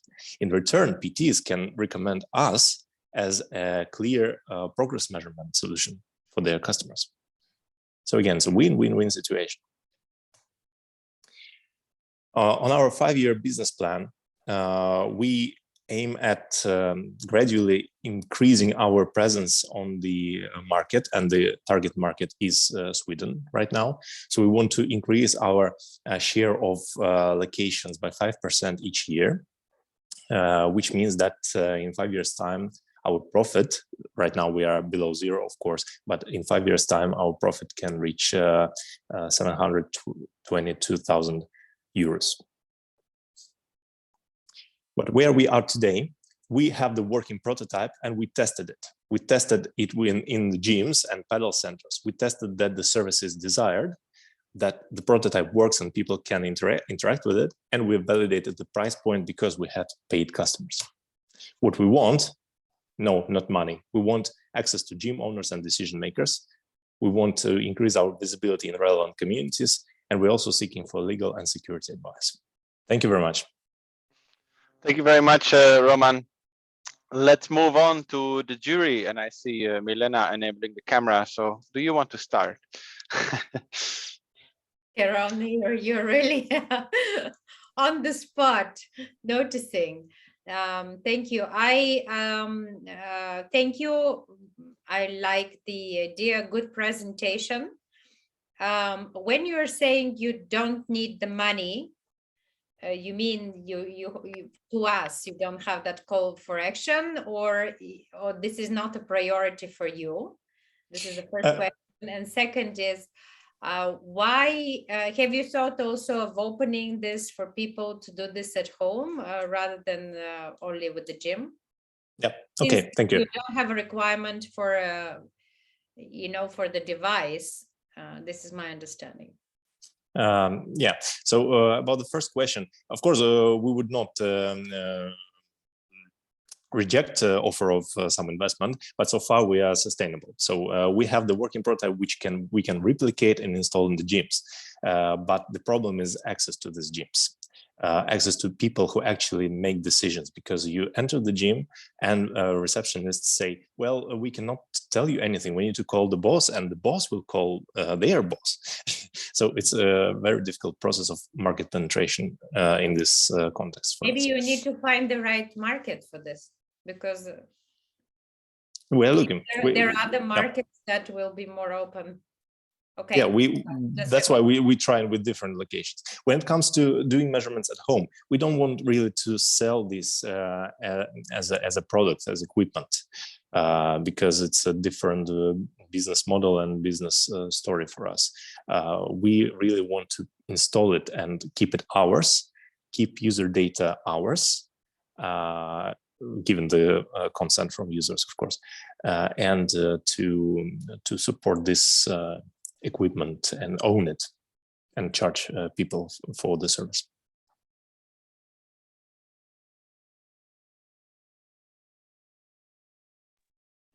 I see that Aurora is there as well. Do you want to also ask a question? Yeah.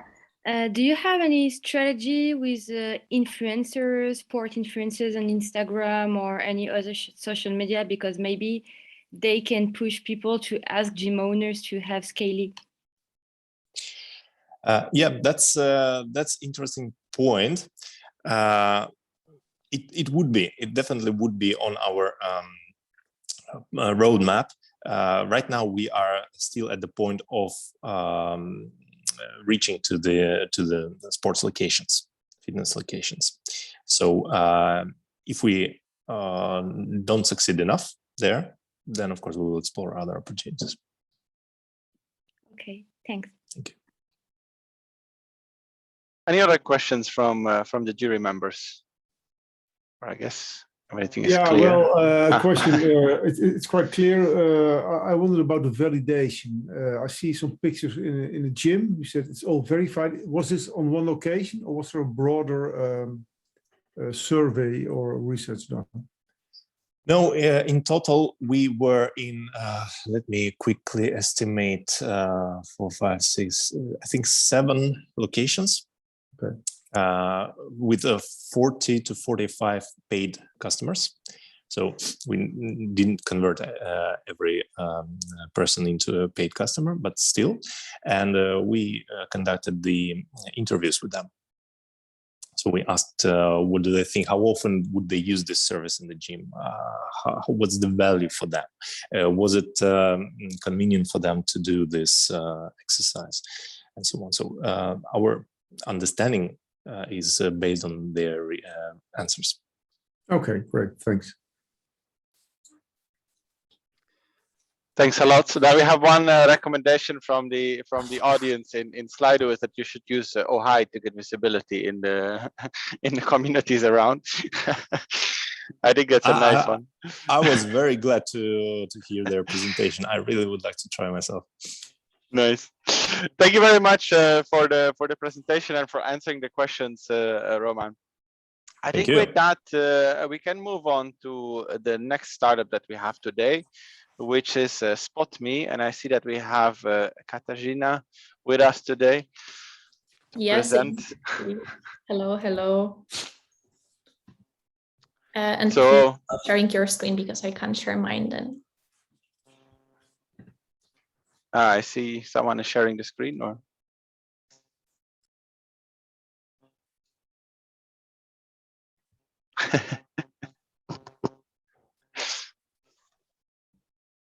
I think it's still Roman sharing. Or not. Yeah, exactly. Yes, sorry. Don't worry. I was also confused for a second. Very good. Can you share now? Yes, exactly. Nice. So for you the same. At the moment you start, I will start the timer, and the floor is yours. Sure. Let me begin by asking you a very, very simple question. Do you like going to the gym, like Roman, or do you like swimming in the sea or going to a swimming pool? And when was the last time that you actually visited the gym or you went to a swimming pool?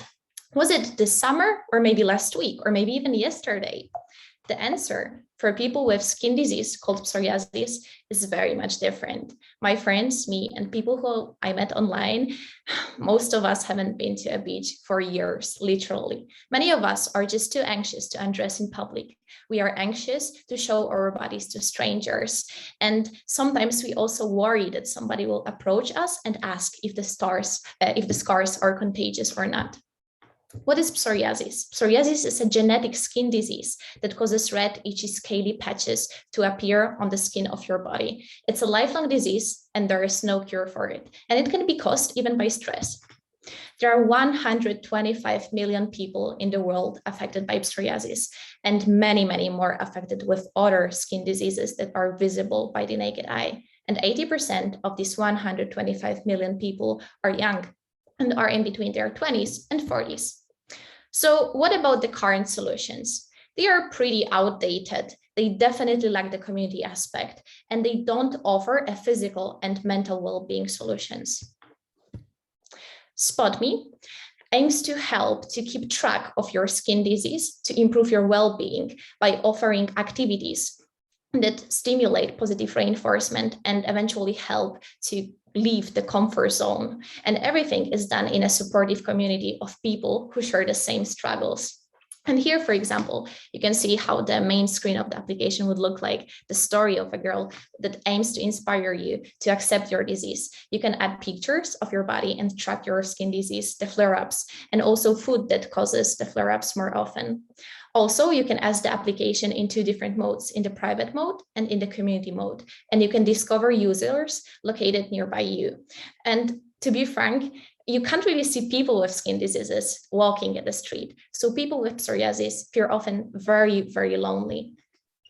So I was mentioning beach. So yeah, imagine it's a beautiful warm day and you would love to go to a beach, but you are still a little bit too anxious about your body and going out to strangers. So what if there would be a challenge and you would see that already 30 people in your neighborhood participate in it? Doesn't sound encouraging? Wouldn't you do it? And then you can also exercise with others. You can meditate or you can work on your skincare routine. There are polls and the data will be analyzed. And everything will be gamified. So there is this spotted avatar that will help you throughout the journey. The avatar will remind you that every skin type is different, that every pattern is unique, and that the journey to acceptance might be a little bit long, but at the end, everything will be fine. Our business model consists of B2B and B2C sales, meaning that we want to approach associations, foundations, and companies and offer them codes that will be distributed to their members in return for a fee. And also that we will put the app to the App Store and some of the features of the app will be paid. So where are we now and where are we heading to? So right now we are in October and we will finish the MVP this month. And it's the largest milestones in the beginning in January 2021. Next month, we hope to start reaching out to stakeholders. And by the end of January 2022, we hope to finish our beta version. And everything can be done in-house by me and my amazing team members. So feel free to connect with us if you like the idea that we are developing on. And thank you so much for your attention. Thank you very much. I just wrote you that you had 1 minute left, but you were already done. That means that we have more time for questions. Starting again with the jury, is there any of you that has a question to start with? Yes, I think it was a very impressive presentation. Well done. How do you reach this group? You know, the size is quite a big group, impressive numbers. How do you reach them? Yes, so that's why our business model consists of B2B and B2C sales, because if we approach first the association that already have their members, so if there is an association for atopic eczema or for for psoriasis, we can just very easily go there and say, okay, we have this solution for you, and then you will help us to reach the members because they already have the people there. So we can approach this from this side and then also do marketing on our side and approach people from different Facebook groups, because there are many Facebook groups for psoriasis and other skin diseases. Okay, thank you. Question from my side. I like the idea as well, but the question is, how unique is it? I mean, I can imagine that there are all kinds of groups that share some kind of problem, and where you would like to connect them and to motivate them, to give them some to share their experiences or their stories. Yes. And so that they can help each other. But that could be allowed around all kinds of illnesses or diseases or problems or whatever in society, right? Mm-hmm. So why do you focus on this one only, say it like that? So this is the beginning. We want to start first with psoriasis because we already have an idea how to do it, and there is the personal experience on my side, and we are already in touch with one influencer. So it's just a very easy beginning because I have the knowledge and my team also possess the right knowledge. But then we will also want to expand to other skin diseases, for example, atopic eczema, because it's very similar to psoriasis. And then let's see, but this is for the beginning, and then we want to scale up further. Okay, thank you. Well, actually, my question was going to a very nice presentation. However, that was exactly going to be the question. Why can't this be easy? Is it more about the challenges being one way to resolve this? I mean, to address and to bring people together? Or is it more that it's just for that particular case you designed for people with psoriasis, you designed that this would be a relevant way to attract them to join the community, and for other ones you will need to come up with other relevant methods? This is a very good question, and that's why I mentioned atopic eczema as the most similar disease, because here you can treat them very similarly, and also the issues that people face are very similar. The patches that appear on the skin, they are similar. So that's why these two would be our first focus. And also that depends on the partnership, because if we find a foundation and association that would like to have a more customized solution, then maybe some parts of the app would change. Maybe there will be also a mentor involved. So to answer your question, this makes the most sense right now for psoriasis and atopic eczema. And for more skin diseases, we would have to really think more and understand how the diseases look like. So right now, I can't give you a proper answer, but this is the beginning. Yes, I understand. And just like Dirk asked also the same question, do you know of any others who have been, approaching it from that point of view? Are there any other apps or maybe? Yes. Mm-hmm. Yes, so I was actually very surprised because first I just wanted to download an app for myself, and I was sure that there is something that would help me. And I started scrolling through all the apps that were available in the App Store, and either they are just for example, the Atari requirement, so just like a very old-fashioned UI saying what you should not eat or that you should not stress, and that was it, or there were some more modern solutions. But it seemed like no one is actually using them. And they were, for example, focusing just on treatment. And there were also some other apps that, for example, just had the option of a map of your body where you could map and just add that here, for example, on my hand right now, there is a flare up, and also offered tests that would give you a number as a response. So, hey, how is my mental well-being? 6, but what does a 6 mean? So they all lacked something. So yeah, like they were pretty much old-fashioned and outdated, and they don't fit the whole scope. And there wasn't even one application that would give you the community, or if they tried, there wasn't anyone in the chat, because I tried to text hello sometimes and nobody responded to me. So yes. Thank you very much for the questions. Are there any other questions from the jury? I guess not. There is one from the audience, which is saying in Slido, isn't medical data confidential? Why would organizations share data of their members on such a topic?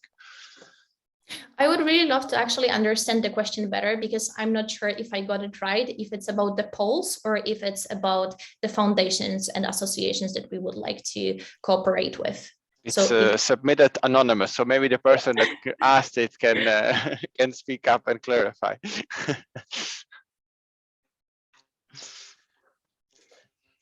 Yeah, but if not, then when it comes to such partnerships, I already know because a friend of a friend, she contacted one of such foundations, and they were interested in developing a similar solution for another skin disease. So I would assume that they are willing to do so, and they want to have more members because, for example, the ones in Poland are relatively small. And when it comes to polls, we will not be asking any questions that should be confidential, or at least I don't think of any right now. So everything should be fine. But if we face this problem, then we will think about it. Very good. Thank you very much. I assume that answered the question in both ways anyway. So thank you very much for the nice presentation and for answering all the questions that we had. And let's move on to the last, but certainly not the least startup. Apologies for doing things in alphabetical order to Zumut, who is going to have the honor of presenting as the last one today. Maybe that also means that you're the most memorable one. Who knows, right? So I don't know who of you guys is presenting. This is me, Mohammed.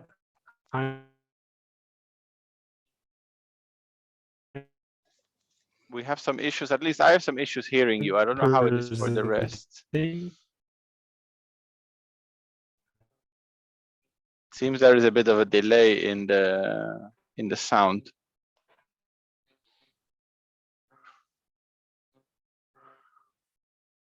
I was just thinking, we went the whole session without any technical issues, and now we are getting one.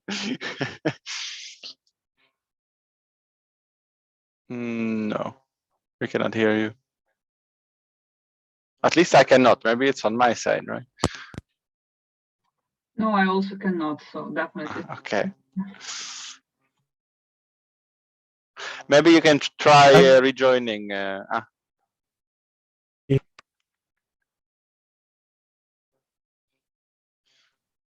don't know. Can you hear me? Now we can, yes. Okay, great. Yeah, I think it was from the microphone. Okay, very good. Well, very good. Good that we solved it. Great. First of all, thank you for your time and jury. I know that probably you're all tired. I hope our presentation takes your attention and you leave the session with a good presentation. Okay, I'm gonna start. Hello, we are Zoma. Our slogan is investing in talents for everyone. If you have started your own company or you have worked in a tech company, for sure you have faced the challenge of acquiring tech talents for your startup or company. And this is a thing that a lot of evidence for that. As you can see, there is about $1 trillion talent shortage in Europe only. The market in the past decade has developed a solution for this. Is a combination of bootcamps and income share agreements. In the bootcamps, a low technical person is going to have an intense average 2 or 3 months program, and he or she is going to get technical skills for a job.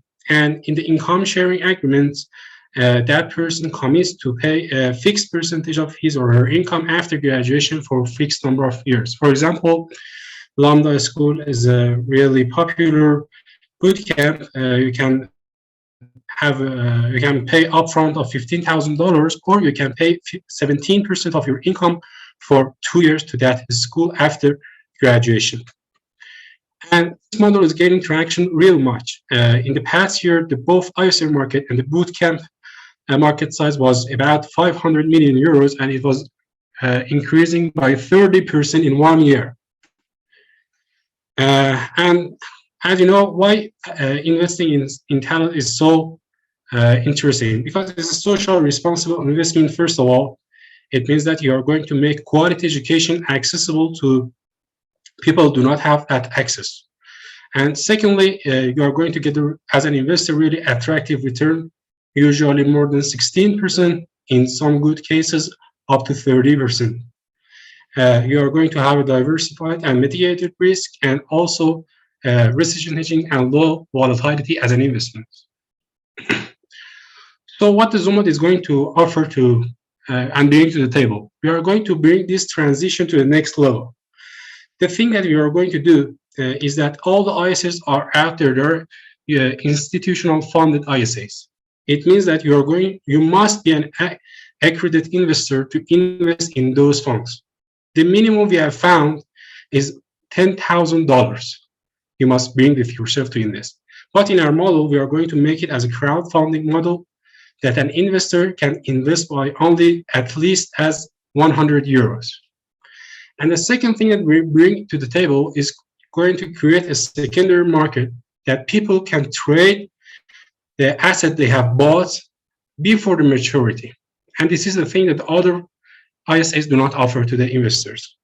And the thing, if a person do not want to have a trade or sell his assets sooner, he or she can have a passive income for a long time. When an investor comes to our platform, he or she can see a lot of different investment opportunities and can select by the strategy that that person have.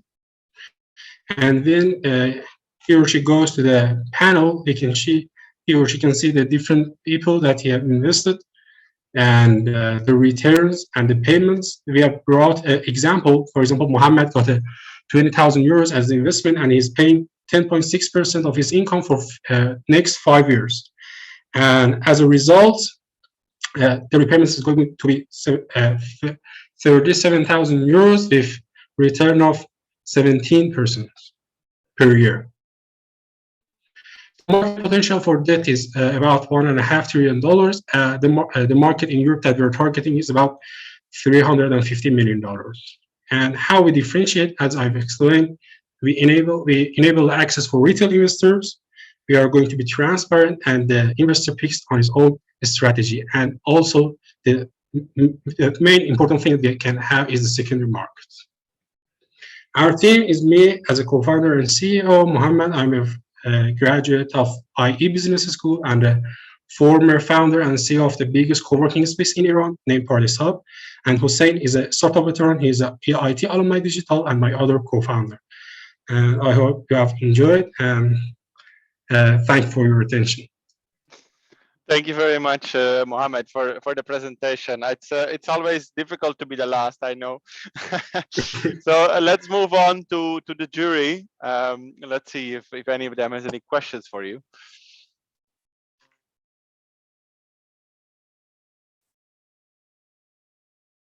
Okay, yeah, you go ahead first.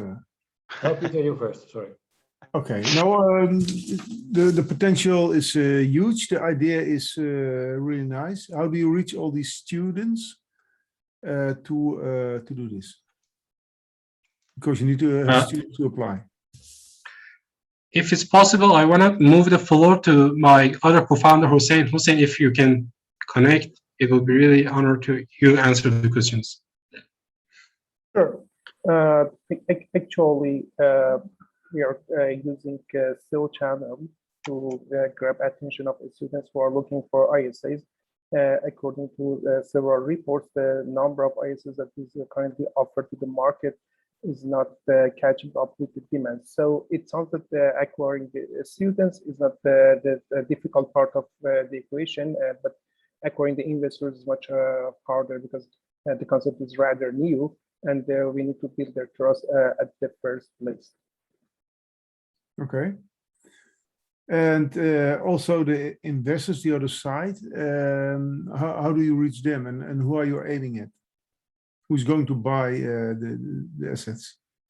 Actually, we first reach out to our network. We currently have received showing of interest from some friends and angel investors. And after showing the performance of this new asset class, we are hopeful that we can create some kind of social proof so that others can join easier to the platform. Okay, thank you. Probably I didn't get a full idea, but I understand that you can invest in those assets and that in return, well, you pay some of your income in the coming years back, right? Sorry? Sure. The basic idea is that you can invest in talents and have a share in future income they generate from getting employed. They can get advantage of the funding to attend the boot camps. That is a short form of training people to quicker land in a tech career.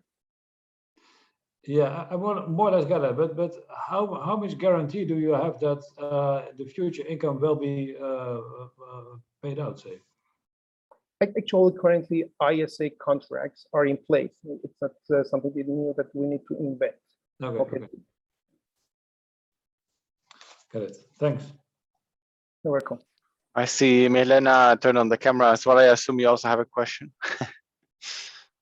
I actually don't have a question because but I have maybe a comment. I like the concept, but I don't. I mean, maybe similarly to what just my colleague asked. I mean, there is no way you can safeguard, let's say. I mean, when people make an investment, how do you offset? It's too high of a risk because you are not proposing the moment some guarantee to that risk. This is just, I'm wondering how you're leveraging that risk. Okay. Investing in human capital is very similar to investing in property market.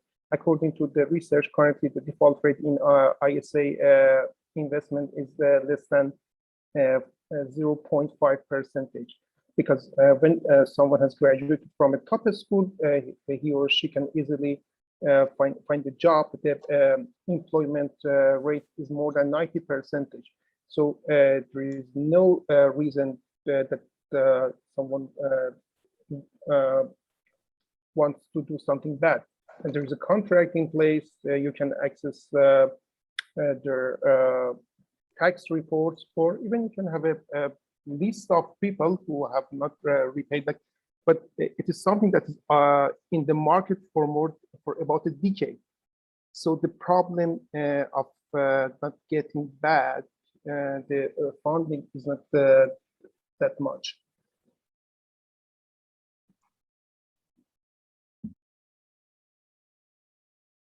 Sorry. Thank you. Thank you. I understand. I mean, the belief. I also would think that this would be, but I think in terms of investing, you need to break a barrier of people willing to really, especially the investors. I think I'm not sure. I'm just wondering how mature the market is for something like this. That's all I'm posing as a question. Sure. Actually, it's a high risk, high reward asset class. The risk might be high, but the reward is also much higher. For example, compared with the public market, the average return that you can expect from an investment in a stock is about 10% per year. But what we offer is about 50%, 15% plus. And it is something that is common in the market. That there are dozens of ISAs in the market currently. Yeah, for high risk investments. This is what you're saying. It is an alternative investment. Mm-hmm. Okay, thank you. Well, thank you very much, guys. There's also two questions in the, or actually two questions in the Slido. The one is, would EIT be your competitors, as they of course also deal with companies and providing funding and so on? Actually, we would be so happy to disrupt EIT. Okay, good. And then how did you come up with Tam Tom Som? That's a question. I didn't get it. How did you come up with Tam Tom Som? Okay. Actually, we did some this research. Mohammed, could you get back to that slide? Sure. This is the slide. Okay. According to the reports we found, the student debt is estimated to something like $1.7 trillion in just US. And we come up with our SAM based on the fraction that we can replace with ISA, because ISA is an alternative to debt finance. So you wouldn't have the burden of interest and debt.